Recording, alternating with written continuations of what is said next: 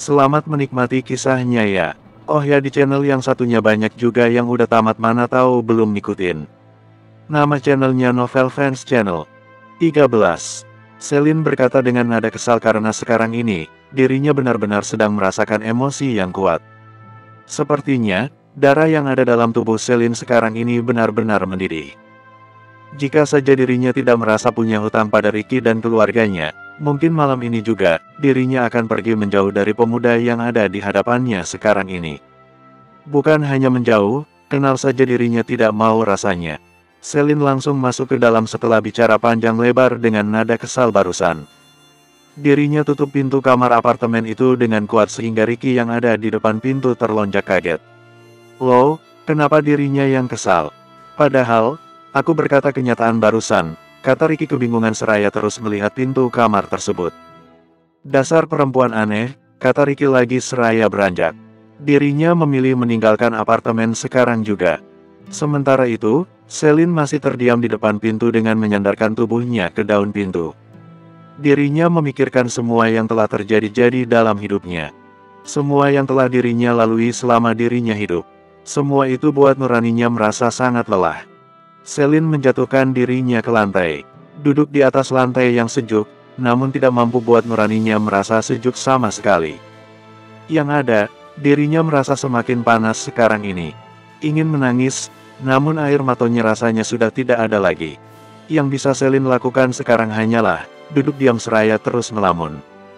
Selin tersadar ketika mendengar suara ketukan sayup-sayup dari pintu apartemen yang sekarang sudah menjadi rumah barunya.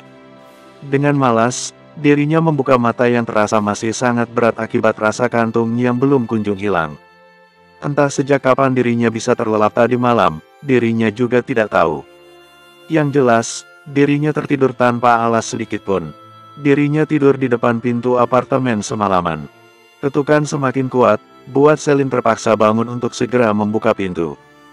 Tunggu sebentar, kata Selin seraya memaksakan diri bangun dari baringnya. Ketika daun pintu terbuka, Selin bisa melihat Wiro berdiri tegak di hadapannya seraya membawa kantong plastik berwarna hitam. Selin menatapnya untuk beberapa saat sampai Wiro mengeluarkan suara. Maaf mengganggu, Nona muda. Saya datang ke sini karena perintah bos muda. Apalagi yang dirinya mau dari aku. Kepo Selin dengan suara kesal. Tanpa berpikir, apa yang dirinya ucapkan mungkin akan menimbulkan pertanyaan buat Wiro. Untuk sesaat, Wiro terdiam. Mencoba menebak apa yang sedang terjadi dengan Nona dan bos mudanya sekarang. Maksud Nona? Tidak ada. Dirinya mau aku melakukan apa lagi sekarang?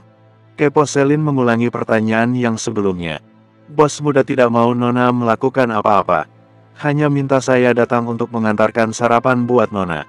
Ini sarapannya, kata Wiro seraya mengangkat kantong yang ada di tangannya sekarang.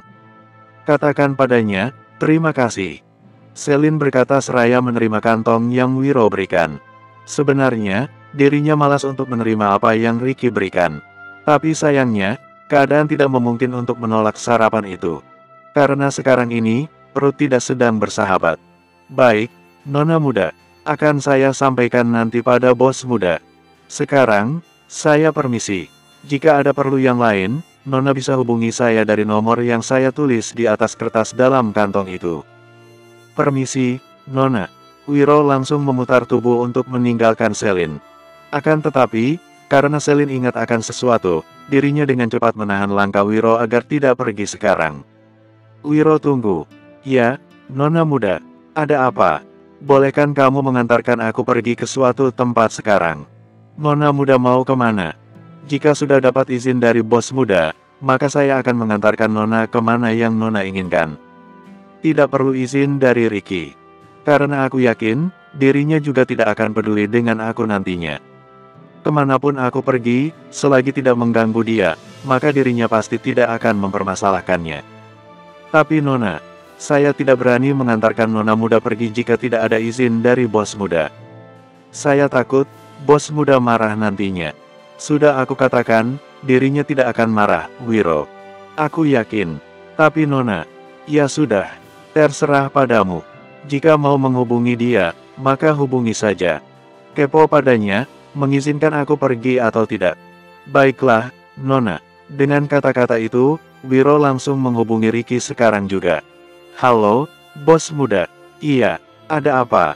Kepo Ricky yang suaranya terdengar dengan sangat oleh Selin. Karena Wiro menggunakan pengeras suara ketika menghubungi Ricky sekarang ini. Maaf sebelumnya, bos muda.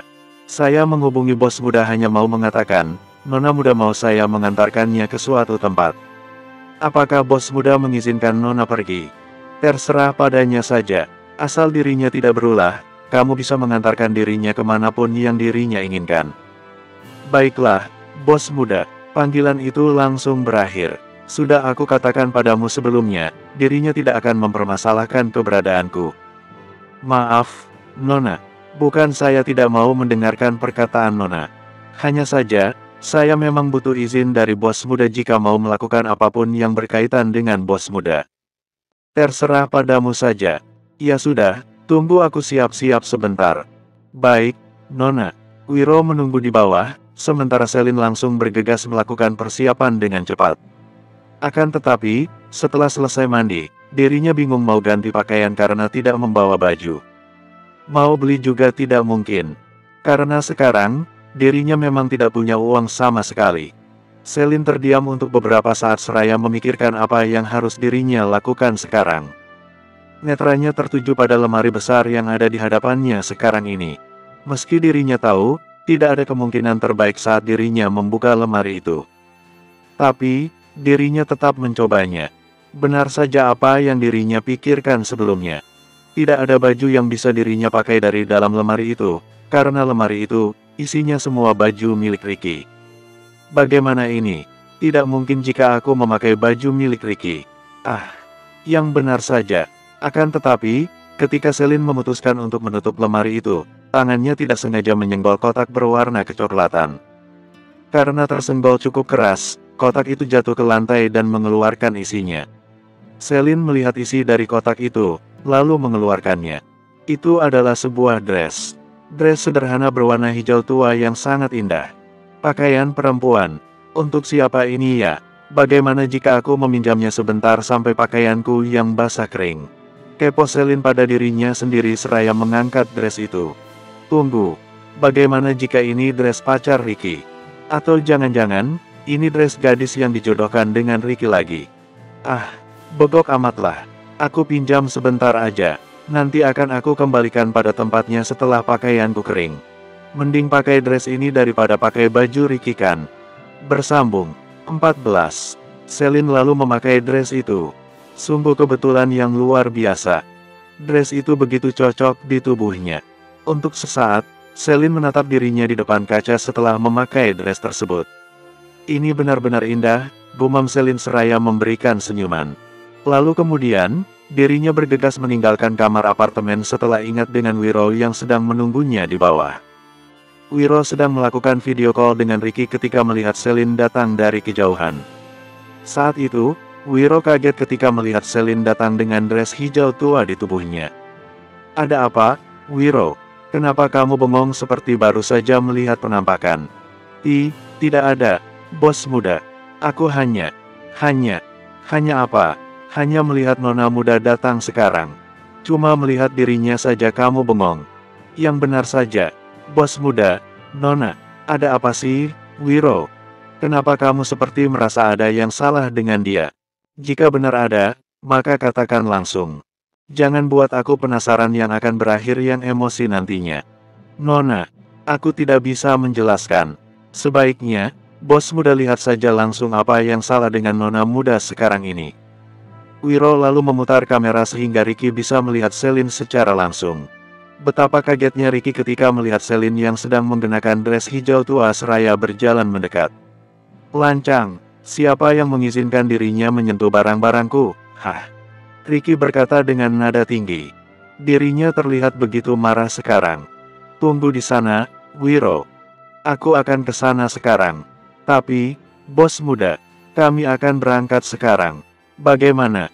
Tidak ada berangkat sebelum aku sampai. Mengerti? Baiklah, bos muda.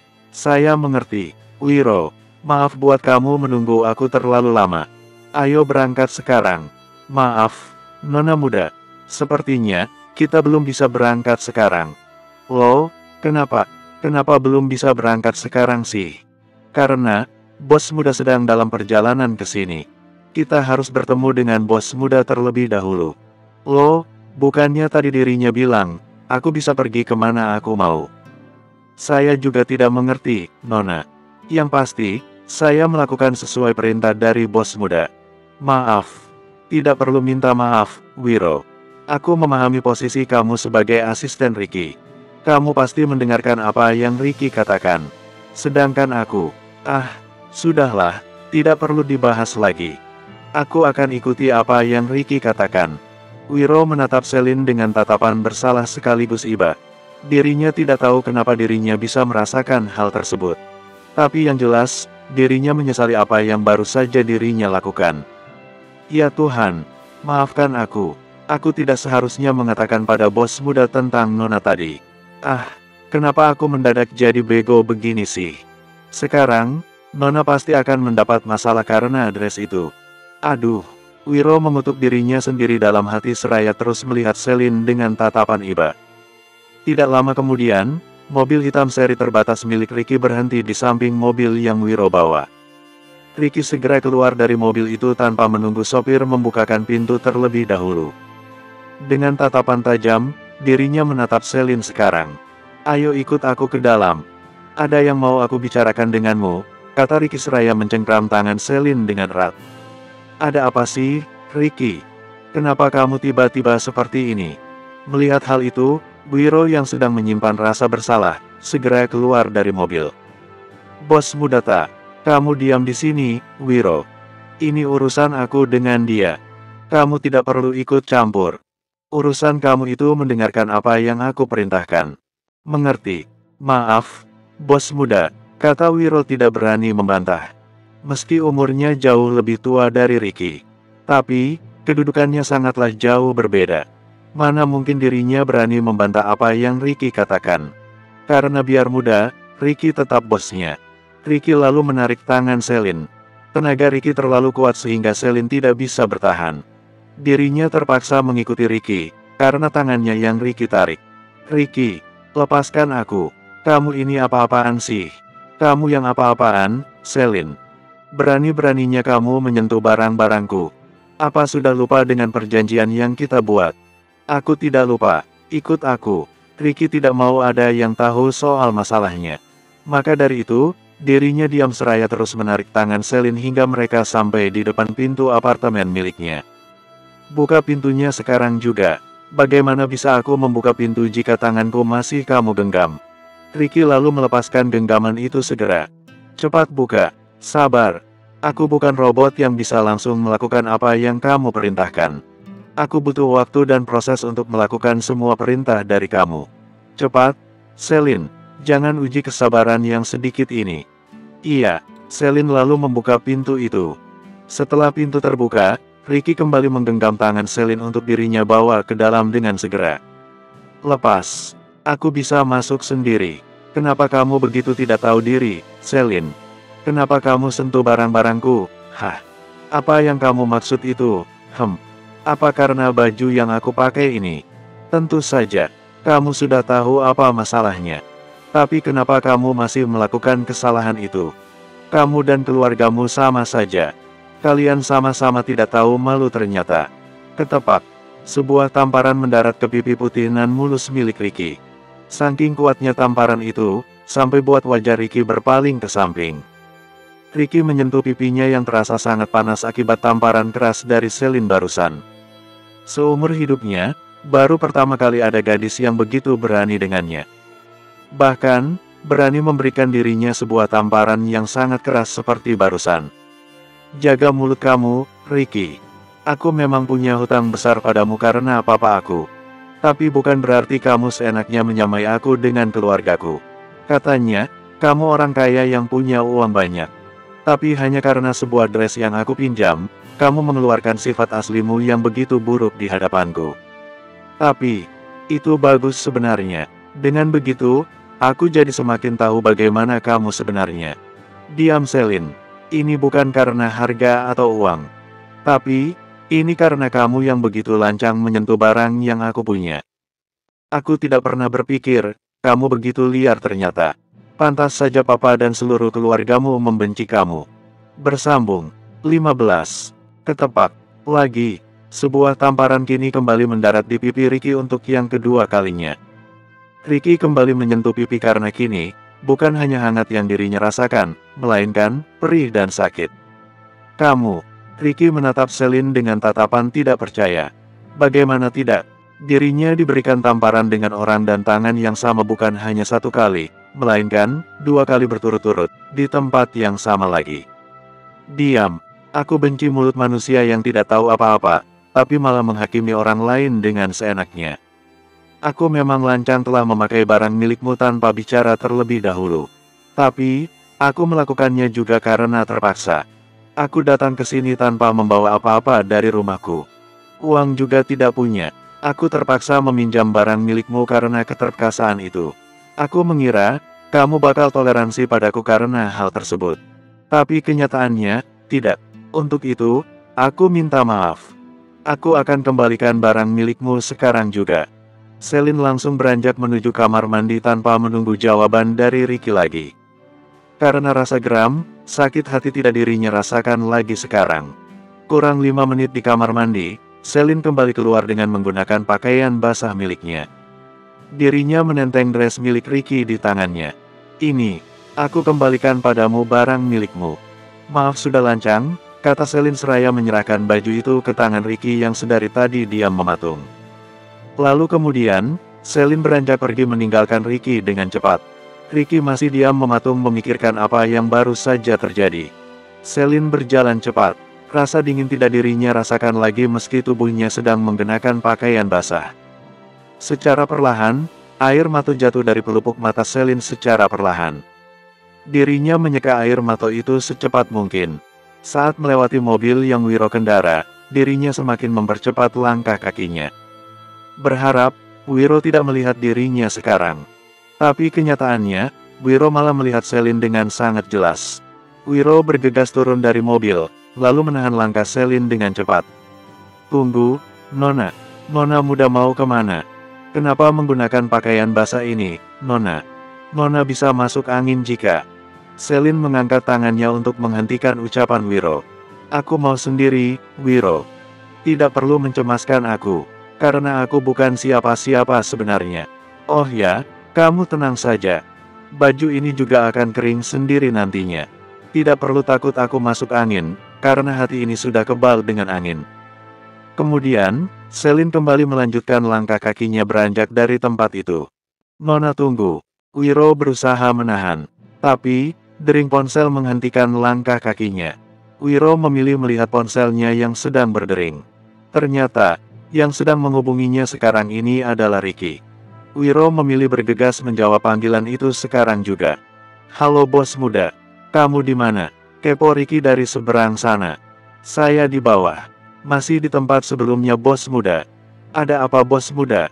Aku mau kamu mencegah Celine pergi jika kamu melihatnya lewat. Bawa dirinya kembali ke kamar apartemen sekarang juga. Maaf bos muda, Nona muda baru saja pergi. Apa? Kenapa kamu biarkan dirinya pergi, Wiro? Kamu ini bagaimana sih? Ya Tuhan, kenapa malah marah-marah dan menyalahkan aku sih? Wiro berkata dalam hati dengan perasaan tidak habis pikir. Aku tidak mau tahu bagaimanapun caranya, cepat cari dirinya sekarang juga. Bawa dirinya kembali. Baik bos muda. Akan saya lakukan tugas dengan baik. Tut, tut, tut. Ricky langsung mematikan sambungan telepon secara sepihak. Hal itu buat Wiro hanya bisa membuang napas dengan kasar. Kemudian, dirinya segera menjalankan apa yang Ricky perintahkan padanya barusan. Wiro berusaha mencari keberadaan Celine di sekitar tempat itu. Namun sayangnya, dirinya sama sekali tidak menemukan keberadaan Celine. Sial, kemana, Nona muda sekarang? Mengapa dirinya pergi begitu cepat? Ah, aku bisa kena omel sama bos muda lagi nantinya, kata Wiro dengan kesal. Berjam-jam Ricky menunggu Wiro kembali membawa Celine. Namun sayangnya, tidak ada tanda-tanda kedatangan Wiro sama sekali. Ricky lalu memilih menghubungi Wiro lagi, karena dirinya sudah merasa semakin gelisah dan tidak enak hati atas apa yang telah dirinya lakukan pada Celine barusan. Halo, Wiro, di mana kamu? Kenapa masih belum membawa Selin kembali? Maaf bos muda, saya masih belum menemukan keberadaan Nona muda. Saya kehilangan jejak Nona muda, bos muda. Ya Tuhan, kenapa kamu tidak menghubungi aku dan katakan kalau kamu kehilangan jejak Selin sejak tadi Siwiro? Kamu tahu, aku sudah menunggu selama hampir 2 jam di sini. Mana hari semakin siang lagi. Maaf bos muda, saya sedang berusaha fokus untuk menemukan Nona muda. Jadi, saya lupa untuk mengabari bos muda. Ya sudah kalau gitu, minta bantuan anak buah untuk mencari keberadaan Selin sekarang juga. Aku mau Selin ditemukan sebelum sore tiba. Siap laksanakan bos muda. Saat sore menjelang malam, anak buah Ricky baru menemukan keberadaan Selin. Mereka segera menghubungi Ricky untuk mengabari hal tersebut. Bos muda, kami sudah menemukan gadis yang bos muda cari. Apa mau kami bawa ke bos muda sekarang? Atau, di mana kalian menemukannya? Biar aku saja datang-datang ke sana, kata Ricky cepat memotong perkataan anak buahnya. Kami sekarang berada di TPU Taman Layu bos muda. Di Jalan Semangka. Baiklah. Tunggu di sana. Aku akan ke sana sekarang juga. Bersambung.